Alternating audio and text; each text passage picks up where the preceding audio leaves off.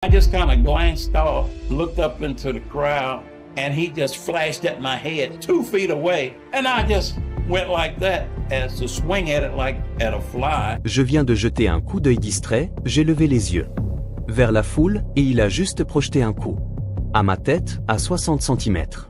Et j'ai réagi comme ça, en balayant du bras comme pour chasser une mouche. Imaginez la scène. Une arène bondée, électrisée, remplie de champions de karaté, de reporters et de curieux. On est en 1967, et peu d'occidentaux ont déjà vu du kung-fu. En vrai combat. Un jeune Bruce Lee entre sous les projecteurs.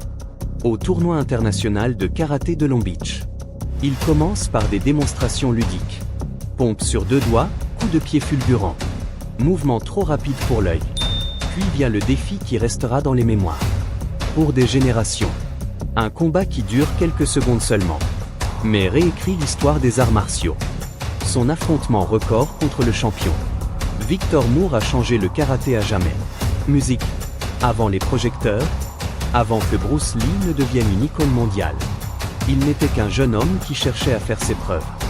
Dans un monde qui ne connaissait pas encore son nom.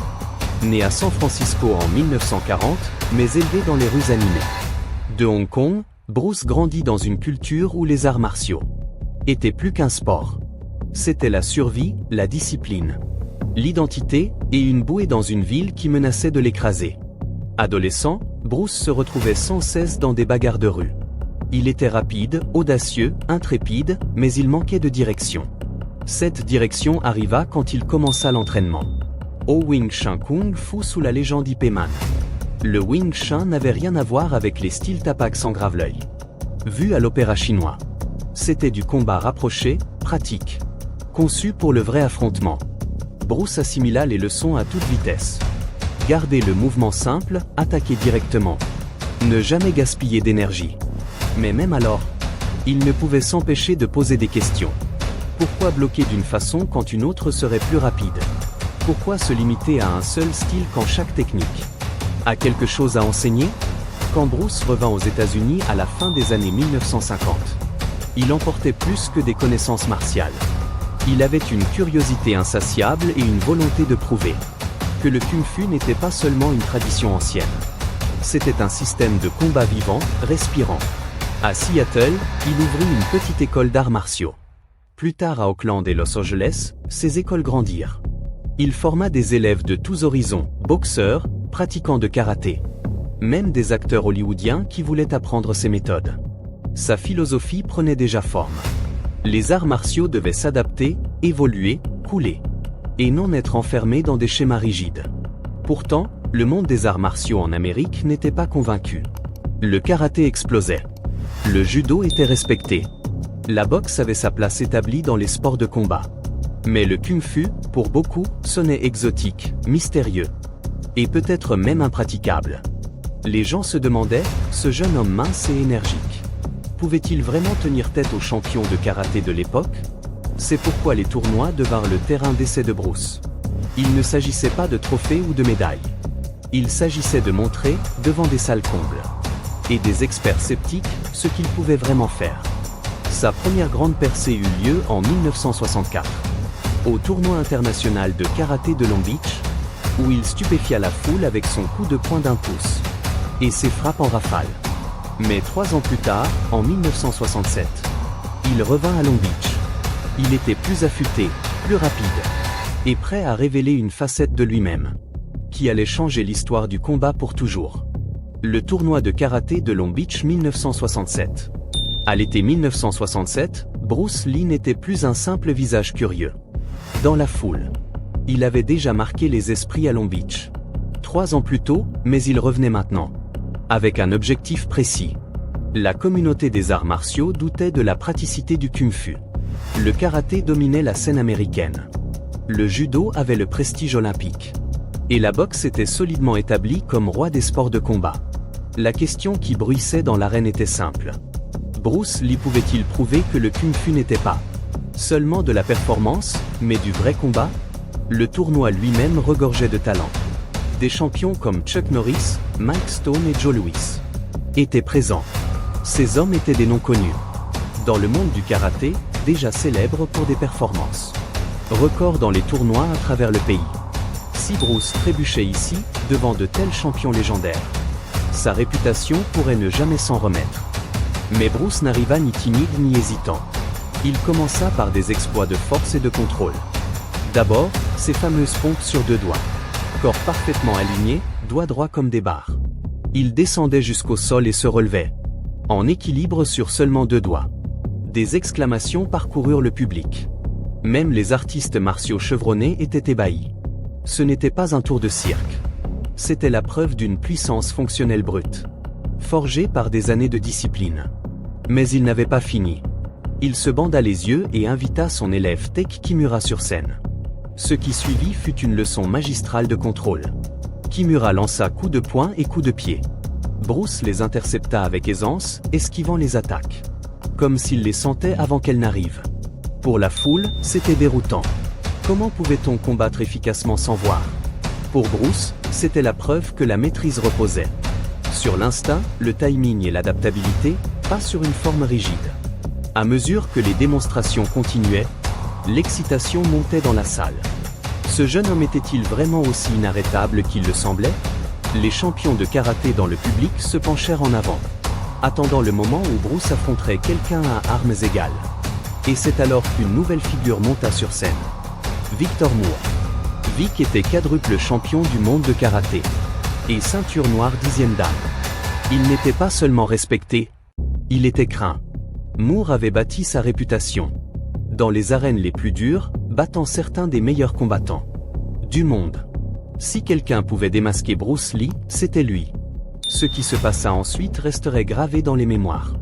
En quelques secondes, le légendaire défi de vitesse entre Bruce Lee et Vic Moore allait se dérouler.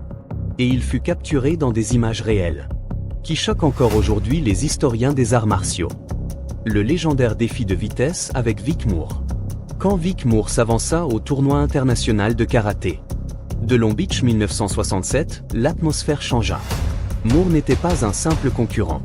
Quadruple champion du monde de karaté, ceinture noire 10e dan, combattant au palmarès impressionnant. Il était l'un des hommes les plus respectés de l'histoire des arts martiaux. Si Bruce Lee n'était qu'un performeur tapac sans grave l'œil, Moore était l'homme pour le prouver. La foule allait assister à un combat qui pouvait décider de la crédibilité de Bruce pour toujours. Bruce expliqua les règles calmement. Il lancerait un coup de poing. Si Vic Moore parvenait même à toucher sa main en mouvement, Bruce admettrait la défaite. Pas de chaos nécessaire. Pas de combat prolongé, juste un contact. Ça pouvait sembler simple. Après tout combattant entraîné pratique le blocage. Mais le test n'était pas une question de force. C'était une question de vitesse. Une vitesse à un niveau que la plupart n'avaient jamais vu. Quand Bruce prit sa garde, il sembla à peine bouger. Puis, en un éclair, son poing jaillit comme la foudre, s'arrêtant juste avant le visage de Moore. Le coup était parti et revenu avant que Moore ne réagisse. Des exclamations fusèrent dans le public. Bruce recommença, même résultat. La main de Moore ne quitta jamais sa garde. Elle était figée par l'impossibilité du défi. Bruce répéta l'exercice encore et encore. Et à chaque fois, sa main traversait les défenses de Moore. Les images réelles de ce moment, préservées après tant d'années, demeurent l'un des témoignages les plus convaincants des capacités de Bruce. Même au ralenti, la caméra peine à suivre son mouvement. Ses frappes étaient trop rapides pour l'œil humain. Ce que le public vit en quelques secondes a été étudié par les artistes martiaux pendant des décennies. Des années plus tard, Vic Moore affirmerait avoir bloqué certains de ses coups, et même en avoir porté quelques-uns. Mais voilà le problème, aucune autre image ni témoignage n'a jamais confirmé cette version. Des centaines de spectateurs, dont des champions de karaté, comme Chuck Norris et Joe Louis, virent la même chose. Le champion du monde n'avait pas pu poser un doigt sur Bruce Lee. Pour beaucoup, le débat s'arrêta là. Ce qui rend ce défi légendaire, ce n'est pas seulement le résultat, ce sont les implications. Dans l'histoire des arts martiaux, les tournois étaient souvent une affaire de points, de frappes mesurées, de techniques contrôlées. Bruce, lui, ne s'intéressait pas au scoring. Il voulait montrer à quoi ressemblait le vrai combat. Sa philosophie était simple. Intercepter l'attaque avant même qu'elle n'arrive. Ce principe devint le cœur de son propre style. le Jeet Kune Do, qui se traduit littéralement par la voie du point qui intercepte. Et il intercepta, effectivement. Les défenses de Moore, affinées par des années de tournois de karaté, n'étaient pas de taille face à la vitesse record de Bruce. Ce n'était pas une question de force brute ou de gabarit. Bruce était plus petit, plus léger. C'était une question de timing, de précision, de réflexe si aiguisé que dès qu'un adversaire pensait bouger, Bruce était déjà là. La foule quitta Long Beach sans le moindre doute. Elle avait vu quelque chose d'inoubliable. Un combat qui dura quelques secondes, mais réécrivit ce que les artistes martiaux croyaient possible. Les images de Bruce Lee surpassant un champion du monde demeurent l'un des clips les plus rares et légendaires de l'histoire des arts martiaux. C'est le moment où Bruce passa d'étoile montante à champion incontesté. Et cela prouva que son influence s'étendrait bien au-delà d'un seul tournoi. Mais Bruce ne se résumait pas à la vitesse. La suite de sa démonstration allait révéler une autre facette de sa maîtrise, la puissance. Si la vitesse le rendait intouchable, son coup de poing d'un pouce record montrait pourquoi chaque frappe pouvait être dévastatrice. Le coup d'un pouce et au-delà. La vitesse seule ne fait pas un grand combattant. À quoi bon être le plus rapide si le coup ne fait aucun dégât? Bruce Lee le savait, et c'est pourquoi il travailla sans relâche à combiner vitesse et puissance record. Son exemple le plus célèbre, le coup d'un pouce, fut un spectacle qui déconcerte encore aujourd'hui. Au tournoi de Long Beach, après avoir stupéfié la foule avec son duel contre Vic Moore, Bruce passa à une démonstration qui semblait presque impossible. Il se plaça devant un volontaire de grande taille, posa son poing à un pouce de la poitrine de l'homme, et lui dit de se préparer. Puis, d'un mouvement court et explosif, Bruce porta un coup qui envoya l'homme voler plusieurs mètres en arrière, percutant les spectateurs. La foule devint hystérique. Même au ralenti, on voit que le corps de Bruce bouge à peine. Pourtant, la force est indéniable. Comment faisait-il? Ce n'était pas de la magie. C'était de la biomécanique.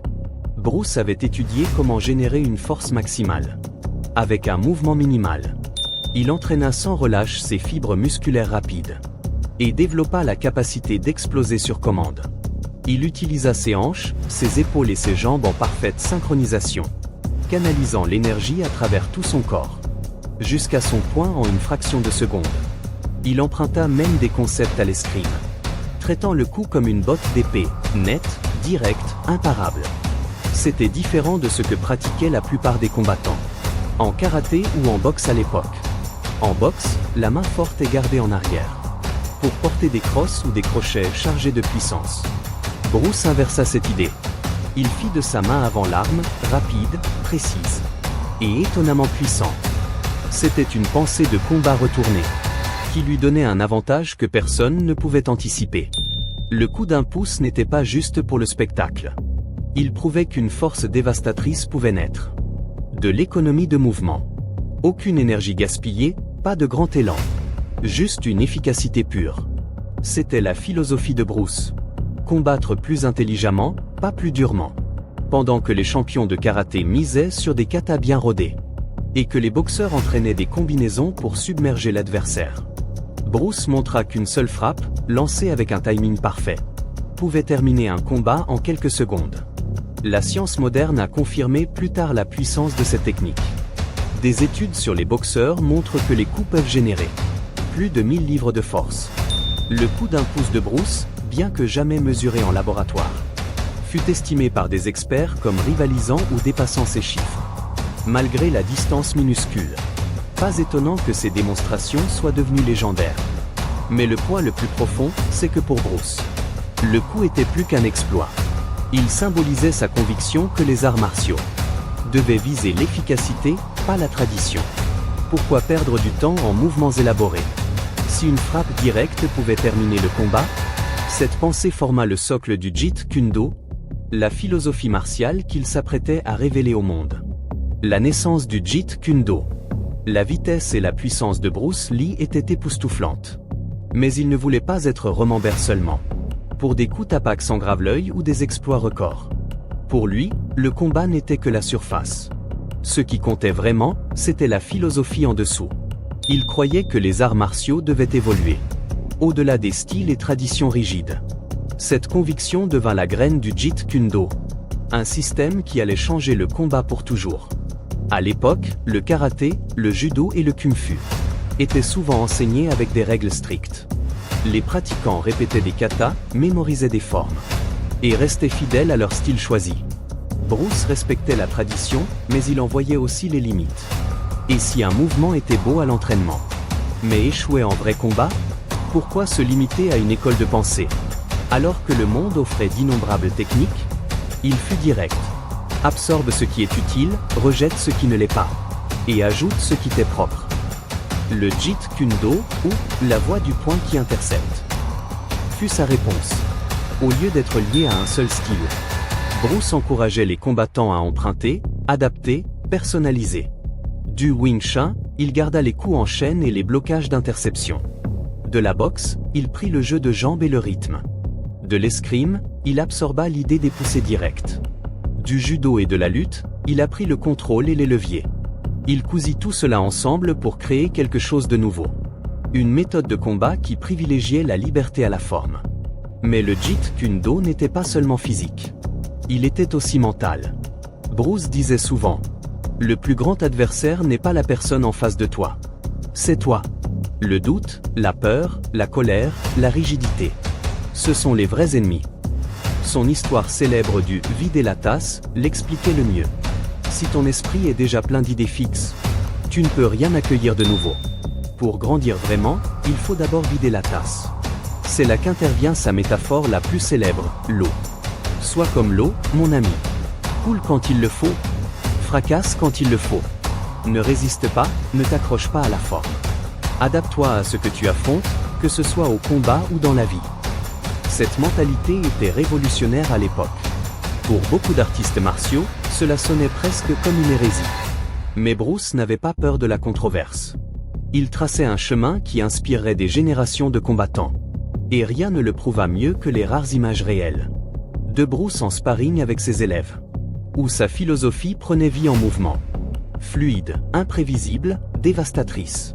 Sparring et démonstration. L'un des aspects les plus fascinants de l'héritage de Bruce Lee est la rareté des images réelles de combat. Ce que les gens connaissent vient surtout des films, des récits ou des démonstrations. C'est pourquoi les rares clips du tournoi international de karaté de Long Beach 1967 sont si précieux. Ils ne montrent pas seulement un artiste martial en performance. Ils montrent Bruce Lee en combat. Dans les images, Bruce est facile à repérer. Il porte une sangle blanche dans le dos, pour se distinguer de son adversaire élève. L'élève ouvre avec un coup de pied latéral tranchant, un mouvement qui mettrait la plupart des combattants au sol. Mais Bruce l'intercepte instantanément. Ce n'était pas un hasard. C'était le cœur du Jeet Kune Do. L'idée était d'arrêter une attaque avant qu'elle ne touche. Et Bruce le fit avec une facilité déconcertante. L'élève avança avec une rafale de coups de pied. Mais Bruce les esquiva, se déplaçant juste assez pour neutraliser les frappes. Puis vint une volée de coups de poing visant le visage de Bruce. La foule s'attendait à ce qu'il bloque ou recule. Mais Bruce contre-attaqua avec 2 coups fulgurants. Ils touchèrent net et son adversaire vacilla. Ce qui suivit fut encore plus révélateur. L'élève tenta de nouveau, mêlant feinte et coup direct. Mais Bruce était prêt. Il bloqua, puis lança un puissant coup de genou, droit vers la tête de son adversaire. L'équipement de protection absorba l'impact. Mais tous les spectateurs savaient. Sans ce rembourrage, ça aurait été un chaos. Le combat continua, mais l'issue était déjà claire. Bruce dominait chaque échange. Il était toujours un pas en avant. À un moment, alors que son adversaire lançait un nouveau coup, Bruce frappa le premier, touchant proprement le visage. Puis balaya l'élève au sol. Le coup suivant, retenu mais précis, rendait l'évidence claire. Si ça avait été un vrai combat, il se serait terminé là. Ce qui frappe dans ces images, ce n'est pas seulement la vitesse ou la précision de Bruce. C'est son contrôle. Il n'essayait pas d'humilier son élève, ni de prouver qu'il était invincible. Il enseignait et montrait à la foule à quoi devaient ressembler les arts martiaux en vrai combat. Rapide, décisif, efficace. Aucun mouvement inutile, aucun échange prolongé. Juste une domination totale par le timing et l'adaptabilité. Pour les champions de karaté dans le public, Chuck Norris, Mike Stone, Joe Louis. Ce fut une révélation. Il s'était entraîné pendant des années. Dans des systèmes structurés, maîtrisant kata et règles de tournoi. Mais Bruce leur montrait autre chose. Il montrait à quoi ressemblait le combat sans règles. Et cette influence allait se répercuter dans l'histoire des arts martiaux, posant les bases de ce que nous appelons aujourd'hui les arts martiaux mixtes, MMA. Bruce Lee ne prétendait pas être imbattable.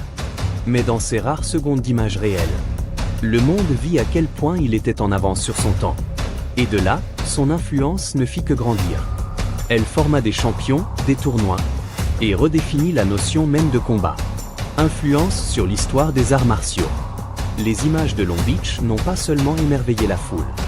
Elles ont planté des graines qui deviendraient l'un des plus grands bouleversements de l'histoire des arts martiaux. Jusqu'alors, la plupart des combattants américains s'entraînaient dans des styles clairement définis. Les karatékas restaient au karaté. Les boxeurs boxaient. Les spécialistes de judo luttaient. Chacun avait sa voix. Passer d'un style à l'autre était presque impensable. Bruce Lee brisa ce mur en montrant aux champions de karaté que le kung-fu n'était pas seulement théâtral, mais brutalement efficace. Il les força à repenser ce que pouvait être le combat. Chuck Norris, Joe Louis, Mike Stone. Des noms qui définissaient le circuit des tournois de karaté, étaient tous dans le public. Ils virent Bruce intercepter des coups de pied, frapper à la vitesse de l'éclair, et s'adapter sans effort aux attaques de son élève. Des années plus tard, beaucoup de ces hommes avouèrent que Bruce avait eu une influence profonde sur leur façon de s'entraîner et de combattre. Joe Louis, souvent appelé le père du kickboxing américain, crédita plus tard Bruce de l'avoir aidé à développer des stratégies combinant karaté et boxe. Chuck Norris, devenu sextuple champion du monde, s'entraîna en privé avec Bruce et intégra des éléments de sa philosophie dans son enseignement. Même Mike Stone, connu pour son style de karaté agressif, parla de l'impact des idées de Bruce sur le mélange d'efficacité et de tradition. Mais l'influence de Bruce alla au-delà des combattants individuels. Il ouvrit aussi la voie aux arts martiaux mixtes. Son idée d'emprunter à tous les styles le meilleur de la boxe, du judo, de la lutte, de l'escrime, du kung-fu, était révolutionnaire dans les années 1960. Aujourd'hui, c'est la base de l'UFC et du MMA moderne. Les combattants s'entraînent dans plusieurs disciplines, parce qu'ils savent que la spécialisation ne suffit plus. Ce concept vient directement du Jeet Kune Do de Bruce Lee. Et puis il y a sa philosophie, celle qui a atteint bien au-delà du ring. Sois comme l'eau, mon ami. Ce n'était pas juste une phrase accrocheuse. C'était une façon de vivre.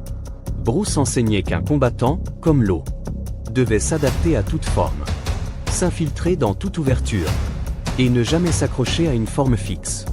Au combat, cela signifiait rester imprévisible. Dans la vie, cela signifiait embrasser le changement, plutôt que de lui résister. Cette leçon a résonné chez les athlètes, les acteurs, les chefs d'entreprise et les gens ordinaires, qui voyaient en Bruce un modèle de flexibilité et de résilience. Le combat de Long Beach, qui dura quelques secondes, devint un symbole. Il montra que les arts martiaux ne consistaient pas à mémoriser le plus de mouvements, mais à penser, s'adapter et frapper quand ça compte. Ainsi, Bruce devint plus qu'un champion. Il devint un professeur pour quiconque voulait maîtriser à la fois le combat et soi-même. Et c'est pourquoi, des décennies plus tard, nous revenons encore à ce tournoi légendaire, à ce fragment d'image réelle, pour nous souvenir de l'homme dont l'influence durera toujours. Le combat de Bruce Lee à Long Beach restera à jamais dans les mémoires. Il fut rapide, choquant, oui, mais il symbolisa aussi la liberté. Liberté des styles rigides. Liberté du doute. Liberté de devenir quelque chose de plus grand. Et c'est pourquoi, même des décennies après sa disparition, Bruce Lee reste ce qu'il était cette nuit-là. Un champion. Le combat légendaire de Bruce Lee à Long Beach a duré quelques secondes, mais a changé les arts martiaux pour toujours. Quelle fut, selon vous, sa plus grande influence? La vitesse, la puissance ou la philosophie? Partagez vos réflexions en commentaire. On adore vous lire. Pour l'instant, on vous laisse.